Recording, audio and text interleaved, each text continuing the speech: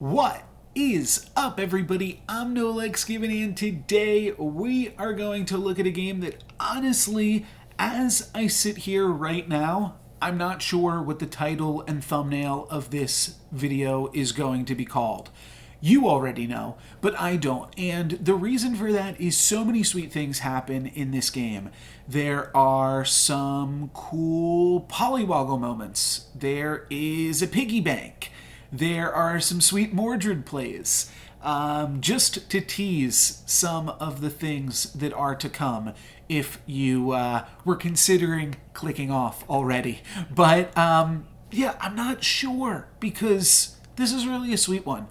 For whatever reason, I keep finding myself in position to play like these wild piggy bank games with Share Bear, which is totally not how the hero is meant to be played.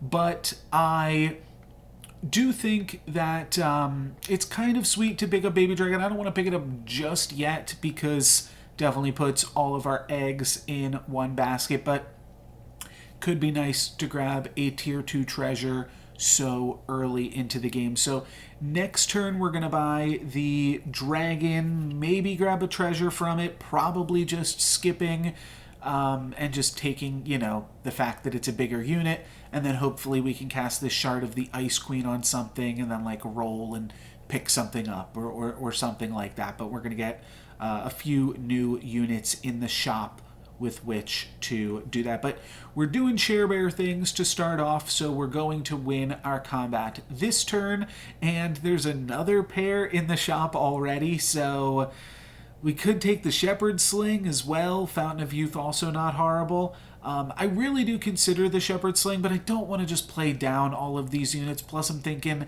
maybe I'll pick up the Tiny, maybe I won't though. Also, maybe I will just run with this Shard. Like, I could sell the Kitty Cup Purse if it was like totally bad, or sell the Cinderella and pick up these pair of tinies, but I'm just going to roll, see if we can roll into something a little bit better than what we're already working with, and then I roll into a Mad Mim, and that's pretty decent. Some, like, half a mind there to lock in the Genie's Wish, but I'm going to let that roll on by. And unfortunately, in this combat, we would have been done much better to had the Baby Dragon attacking, as their Mad Mim just absolutely wrecks us there. So could have led with the Baby Dragon and saved ourselves some pain, but I wanted to. I was just getting greedy, as I tend to do in some of these Share Bear games, and I'm like, how can we get even more gold on the rest of the lobby, and just trying to get these slays with Kitty Cupper. So it's a little bit silly, a little bit greedy, but trying to figure that out. And here with the extra gold, I mean, I want to cast this Magic Research, so I'm probably taking the Humpty Dumpty and the Romeo and then casting the Magic Research. It's nothing too crazy, but maybe we can make something work here. I have learned my lesson. I'm going to frontline the Baby Dragon and then just hope that the Humpty Dumpty can win the combat for us, and maybe we can do something nice with the Kitty Cup Purse, get another sleigh, get some additional gold. I do not have enough gold just being Share Bear, so hopefully we can get a little bit more gold this game. That would be nice as well. And opponent's going to get the Brave Princess Sleigh. We are not going to get additional gold, but we are going to take out their Sherwood Sure Shot, which winds up being decently big. This combat actually gets really close. We have enough health on this egg to exactly trade with everything. So we're going to lose the egg, but we actually get to keep the Magic Research, so I guess that's worth it. And we don't really need the egg either way. Here's the polywoggle play that I was talking about. I really like making this play on polywoggle. Basically, what I do is I'm just going to support polywoggle in 1 and 2. And that will make it so that I'm pretty likely to get at least one sleigh. I don't think I'm going to win this combat because we are frontlining the Polywoggles rather than starting with the baby dragon. So when I cast this spinning gold, it's really just to get a tick onto Cinderella. But the idea here is really to get these Polywoggles online. Even if one gets attacked, the other one will get to attack. And reasonably likely that they'll slay against Evella. I think that they tend to run high attack, low health, evil strategies most of the time. So I'm feeling like we could get a slay, and that could definitely push us in a potential direction, seeing some tier 4 units. So the first Polywoggle is going to slay, and the second Polywoggle is going to slay. And that's just the start of the Kitty Cup Purse also gets to slay.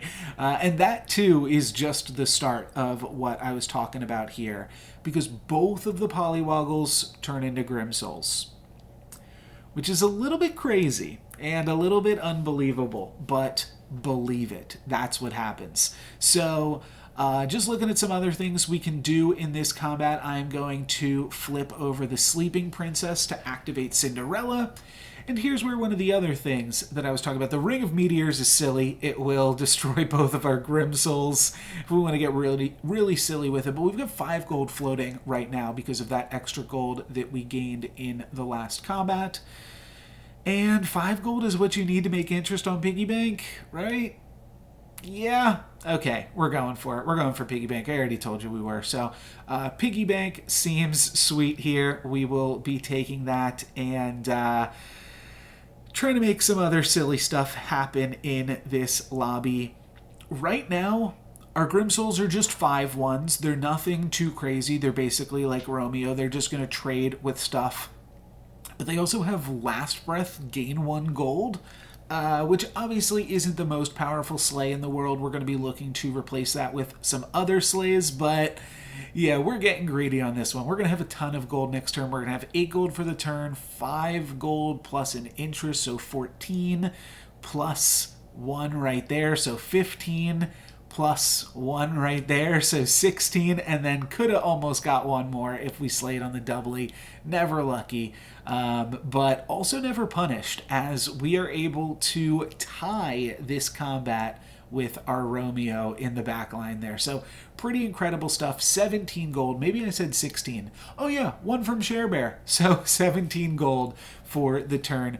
Pretty crazy stuff. Definitely going to be picking up this Shadow Assassin. That seems super straightforward. We'll throw in a roll just because it gets us to an even breakpoint, and Juliet is really going to help us because we're being so greedy.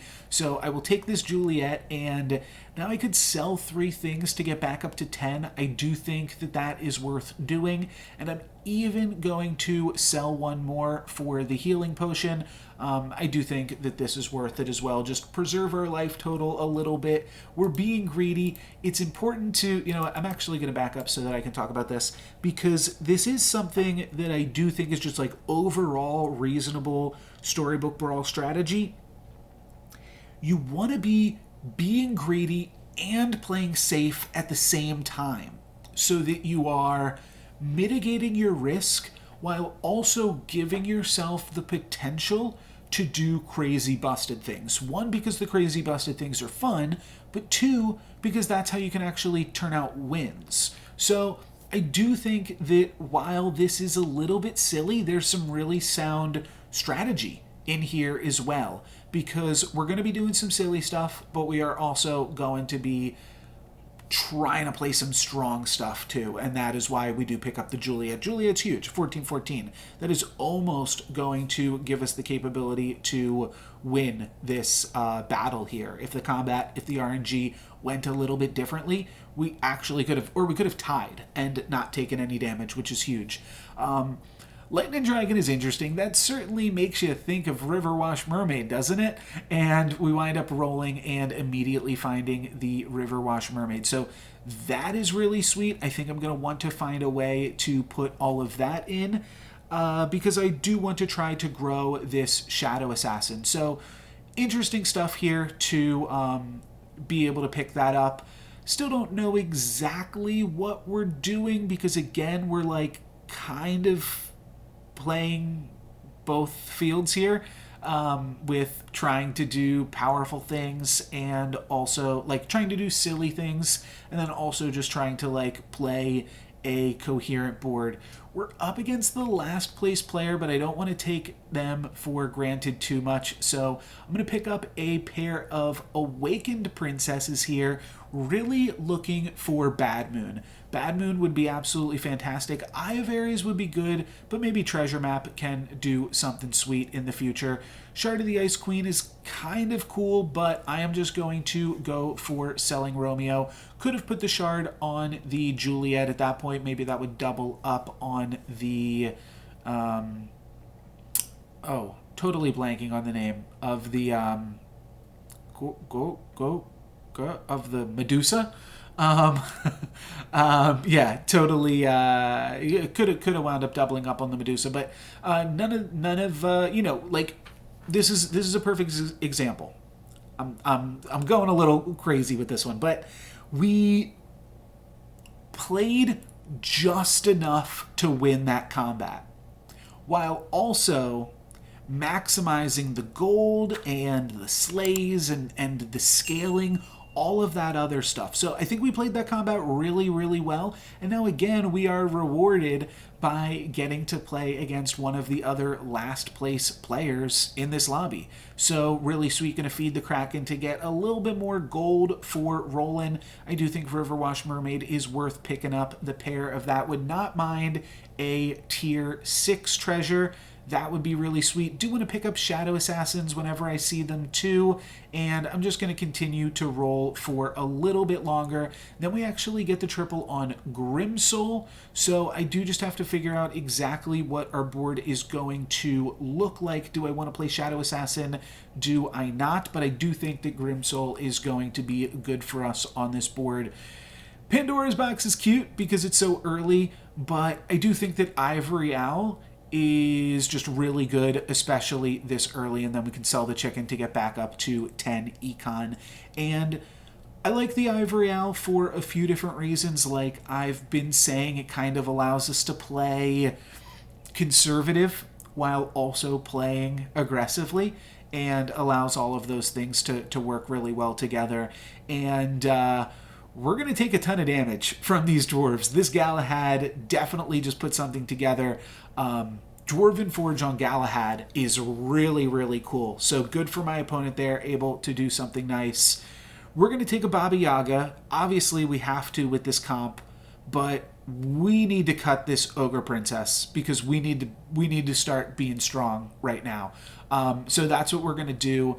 And then I'm going to roll a little bit. I don't remember how much I wind up rolling this turn. Like having a little bit in the piggy bank where you like roll down to 10, roll down to 5. Sometimes that's good, but Lancelot definitely seems like something that I need to pick up and need to make work.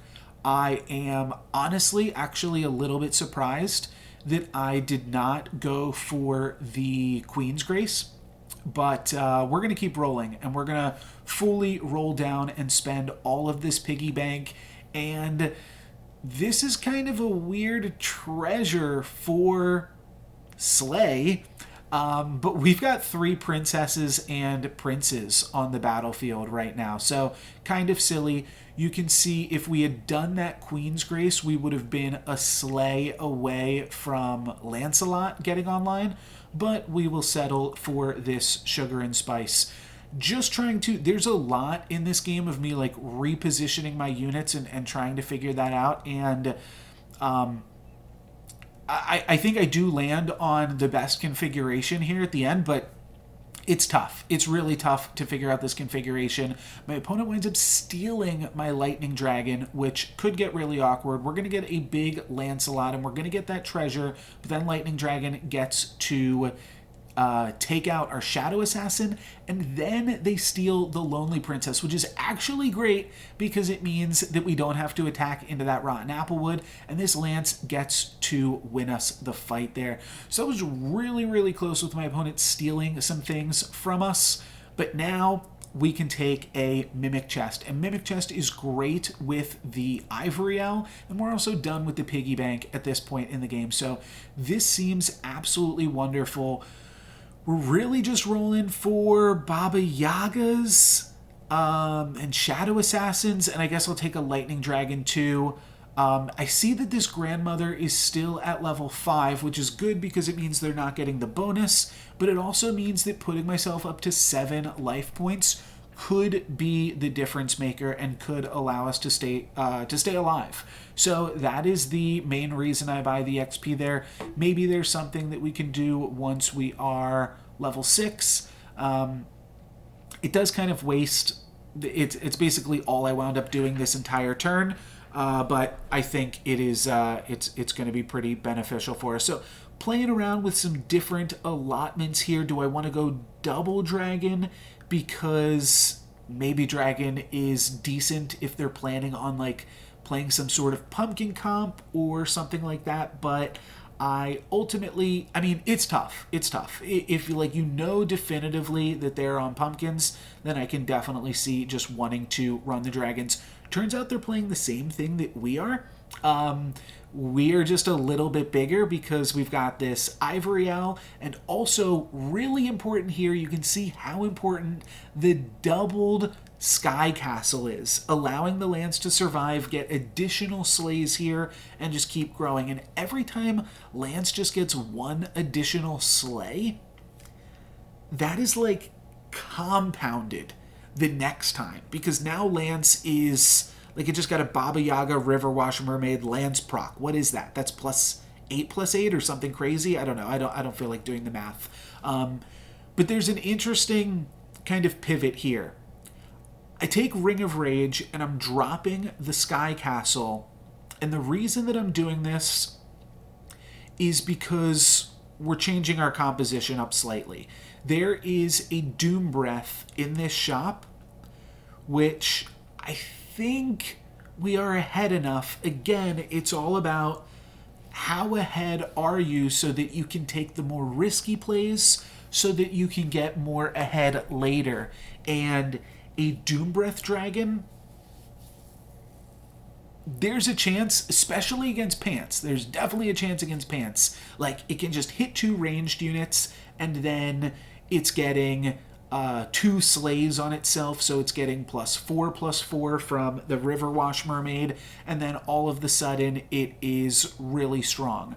I decide to cut my other Lightning Dragon because I want the Doom Breath to eat the ranged units, and it's a questionable play. We'll see how it works out here. Well, I'll say it could have been really good. It could have been really good. Well, let's clear this. So it hit these 2 units and left them both alive with 2 attacks. So close. You can see just how close that is. It would have cleared, like, imagine it hits here, just gets 3 slays, or here gets 2, here gets 2. But there's like this trifecta that it could have hit. So it could have been absolutely awesome. Winds up not growing and scaling, but our lance is absolutely huge. And when Grimsoul takes out the doubly, growing the lance even farther, that is going to be really wonderful for us. And then we got these ranged units in the back line that can help us clean up. So again, like, lance just surviving the one time then allows it to survive the next time. Every slay that Lance gets is +4/+4 for itself, and then +2/+2 for the River Wash, so +6 doubled. So that's 12. And I think it just had 12 health there for a second. So you can see how, like, just every stat winds up mattering so much on the Lance. Interestingly, Roll by the Shoulder Fairies, I do think that it is an option at some point, especially because the Awoken Princess isn't that great for us, but I was really looking for attack on Doom Breath Dragon. However, Mordred off of It Was All a Dream is really cool. You can do some really interesting things with Mordred in this comp. The only thing that's awkward is whatever you start with is what's going to get the +4/+4 from the owls. And that kind of means I want to lead with Doom Breath. And you're also incentivized to lead with Doom Breath. If Doom Breath can get in, kill 2 things in the back line, then you get to spawn in the Lightning Dragon, take out their 3rd thing in the back line. That can be great. That can really help you kill Echo Woods and just all around be a good move. So we're going to see that, and I try that against Dwarves. And you can see we're just like barely short again. So if we were slaying, there's like a chance that then we'd be slaying again this time. Maybe the Doom Breath is just a little bit too tiny, but the Lance is still huge. And that is allowing us to, again, take some risks because this Lance is just absolutely wonderful for us here and going to allow us to clean up this Galahad. Not quite kill them, we keep them alive on 2. So what else are we looking for? Well, one thing is, like, I am also paying a lot of attention to my opponents that we're playing against. We do also have this other slot here, slot 4, that we're just totally not using with the Awoken Princess, the 40-34. I mean, it's fine. It's nothing crazy. I don't think I want to Dream. I think I like what we've got going on. I could Shrivel. It's fine, especially if they're like Dwarves. We could like nab an Echo Wood or something. That could be cool. But as far as what we're actually trying to do, Jormungand would be a huge hit. Being able to combine our Shadow Assassins would be a big hit. Additional Baba Yagas is reasonable, which is why I am considering this Knighthood. But I don't think this is the best Knighthood. And I'm really conflicted about it, but I also am... I want to spend some of my time, some of my energy just reminding myself what comps my opponents have. So I was looking, okay, Keith NFT, that was the guy that was playing the same comp as us. He's gone. So just like, what kind of things do we have to worry about? What kind of stuff do we want to be doing? Do we want to put in this Doom Breath? Like you can see, the Doom Breath would have been really, really good here. It's still great because we get to make their copycat attack and do absolutely nothing. So it winds up working out fabulously. Then we summon a Doom Breath that doesn't really get to do anything, and then our Lancelot goes down. And this combat looks kind of close, but we've got the ranged units and their health total is too low that we are going to be able to take them out. So good stuff. I think we made a mistake locking this Knighthood. I'm going to roll, and let's just roll away from the Knighthood place and see if we can make anything else happen. I want to find a combat spell. This is the last turn of the game. My opponent's playing Dwarves. I like the Lightning Dragon. At this point, the Doom Breath just isn't going to slay. And the Lightning Dragon's going to trade. So I could summon a Medusa. And that could be better than doing this Doom Breath stuff. So that's what I settle on. And wind up picking up a Medusa. And then I just roll for some spells. I do think that the Shoulder Fairy is good. I've brought it up a few times in this video. I probably should have just put the Shoulder Fairies in over the Awoken Princess, but I declined to do that as well and just keep rolling. And I roll all the way down and eventually just say, you know what, I'm going to cast this Cat's Call, and then I immediately regret it because I realized that my opponent's playing Dwarves and I could just be triggering their Angry. So that could have been absolutely terrible, but the plan here is to get in with the Doom Breath and then, or not the Doom Breath, the Lightning Dragon, and then get in with the Medusa. So there is kind of a cute Mordred play that you can take and make for yourself there. And then we just have a huge Lancelot. And really, I mean, there were some wacky things that happened in this game, but they do all kind of come together in a really beautiful way. We had these double Grimsouls that we got off the Polywoggles so early on that pushed us towards this comp that allowed us to pick up a lance, immediately connect with it, get a treasure there, which gave us the flexibility to take a treasure map when we connected on the Awoken Princess, I'm never sure what it's called. I think it is called Awakened Princess, and I always called it Awoken Princess, but she looks pretty woke to me. Anyways, let's finish up here. This was a sweet one, and I think we did some sweet things. I think it illustrates some interesting points and was just overall a fun game with some really zany things happening and some really greedy things happening too. I know a lot of people love the games where I greed and get some fun econ and am able to do some sweet things with that. So hopefully this was informative and also fun, and that is going to be it for me today, guys. Thank you very much for watching. I'm NoLucksGiven. Peace.